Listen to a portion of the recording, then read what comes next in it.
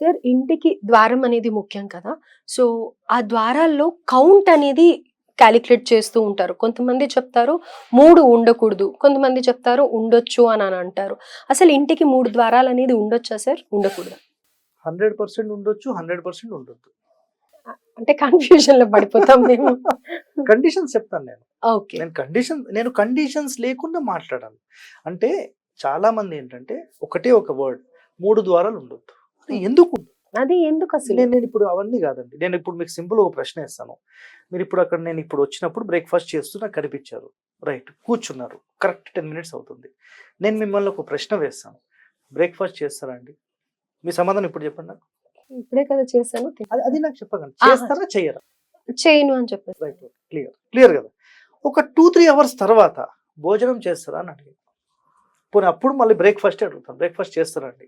చేయను అని చెప్తాను. ఎందుకంటే లంచ్ టైమ్ కదా! లంచ్ టైమ్‌లోనే అనుకుందాం. ఇంకే మీకు తిందాం అనిపించింది బ్రేక్‌ఫాస్టే. సరే టిఫిన్ చేస్తారా అండి? చెప్పండి. చేస్తాను అని చెప్తాను. చేస్తా. ఒక మనిషి మీరే 2 నాలుకలుగా పొద్దున్న ఒకటి మాట్లాడారు, మధ్యాహ్నం ఒకటి మాట్లాడారు. ఎట్లా అని నేను ప్రశ్నిస్తే ఆ సందర్భం వేరే, ఈ సందర్భం వేరే. మీరు కడుపు నిండా తిని రెడీగా ఉన్న టైంలో నేను అడగడం, మీరు ఆల్రెడీ తిన్నారు కాబట్టి నాకు వద్దు అని చెప్పేశారు. అదే మధ్యాహ్నం టైంలో తింటారా అండి అని అడిగితే లేదండి ఇప్పుడు నేను తింటాను అన్నారు. ఉదయం ఒక మాట, మధ్యాహ్నం ఒక మాట మాట్లాడారు అంటే ఎట్లా? సందర్భాన్ని బట్టి వర్డ్ ఉంటుంది. ఇక్కడ నేను చెప్పేదానికి ఒక అంతరార్థం ఏంటంటే, ఒక శరీరం మొత్తానికి నాభీస్థానం ఉంటుంది కదా, నాభీస్థానం అదే విధంగా ఒక ఇంటి మొత్తానికి మనం ఇంటూ లాగా చేసినప్పుడు, ఫర్ ఎగ్జాంపుల్ ఈ ఫోన్ తీసుకుందాం, ఈ మొత్తాన్ని మీరు అబ్జర్వ్ చేస్తే ఇక్కడి నుండి ఇక్కడికి, ఇక్కడి నుండి ఇక్కడికి ఈ సెంటర్ ఆఫ్ ద పాయింట్ ఉంటుంది కదా, కరెక్ట్ ఈ సెంటర్ ఆఫ్ ద పాయింట్ నాభి పాయింట్ అంటారు, నాభి స్థానం అంటారు. ఒక ఎగ్జాంపుల్ నేను చెప్తాను. ఒక పిల్లవాడిని మామూలుగా మనం ప్రేమగా ఎత్తుకుంటాము, మామూలు తిరుగుతుంటాము, మామూలు మోకాళ్ళ మీద కూర్చోబెడతాం.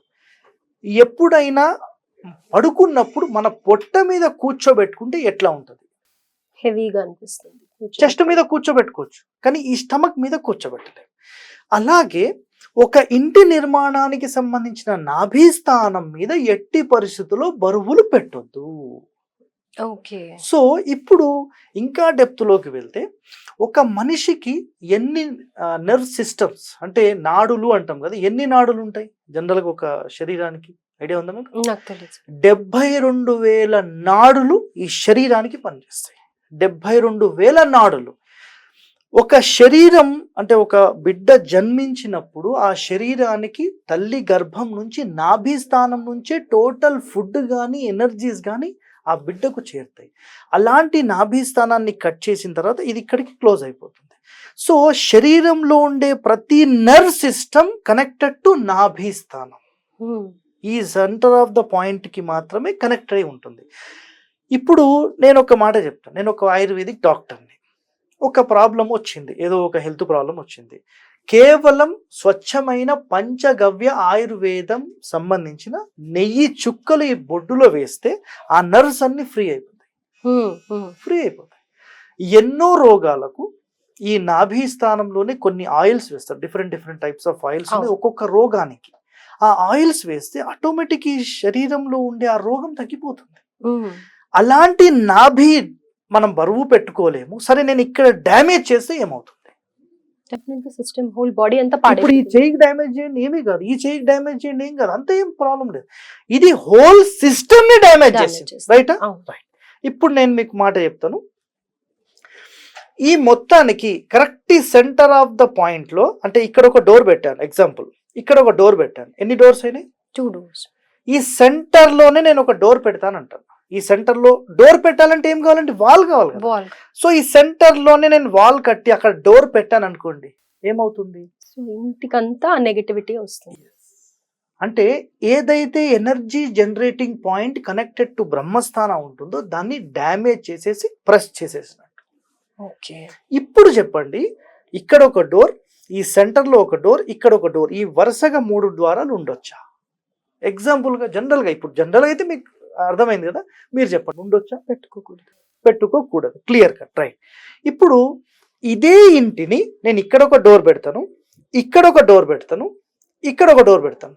సెంటర్ని నేను ముట్టుకోలేదు. ఇప్పుడు పెట్టొచ్చా 3? పెట్టొచ్చు. పెట్టొచ్చు. ఇప్పుడు 1, 2, 3 అయినాయి. ఇంకోటి కూడా పెట్టుకోండి 4, ప్రాబ్లం లేదు. 3 ద్వారాలు ఎప్పుడు పెట్టకూడదు అంటే కేవలం ఇంటి మొత్తాన్ని 2 ముక్కలుగా డివైడ్ చేస్తూ పెట్టినప్పుడే దోషం. ఓకే. ఈ కండిషన్ అనేది చాలా మంది తెలుసుకోకుండా డైరెక్ట్ ఒక స్టేట్మెంట్ 3 ద్వారాలు ఉండొద్దని మాట్లాడుతున్నారు. ఎట్లా? పిక్చర్ మీకు అర్థమైందండి? అర్థమైంది. క్లియరా? మీరు కూడా వాస్తు చెప్పడం స్టార్ట్ చేస్తారు కదా. చేయొచ్చు ఈజీగా. సో నేను చెప్పే కండిషన్స్ అనేవి చాలా ఇంపార్టెంట్ అండి. ఎందుకంటే నేను అధ్యయనం చేసింది మొత్తం ఎందుకు అనే కండిషన్ నేను అధ్యయనం చేస్తున్నాను. వాళ్ళు ఏంటంటే స్టేట్మెంట్ ఇస్తున్నారు. ఎందుకు చెప్పండి సార్ అంటే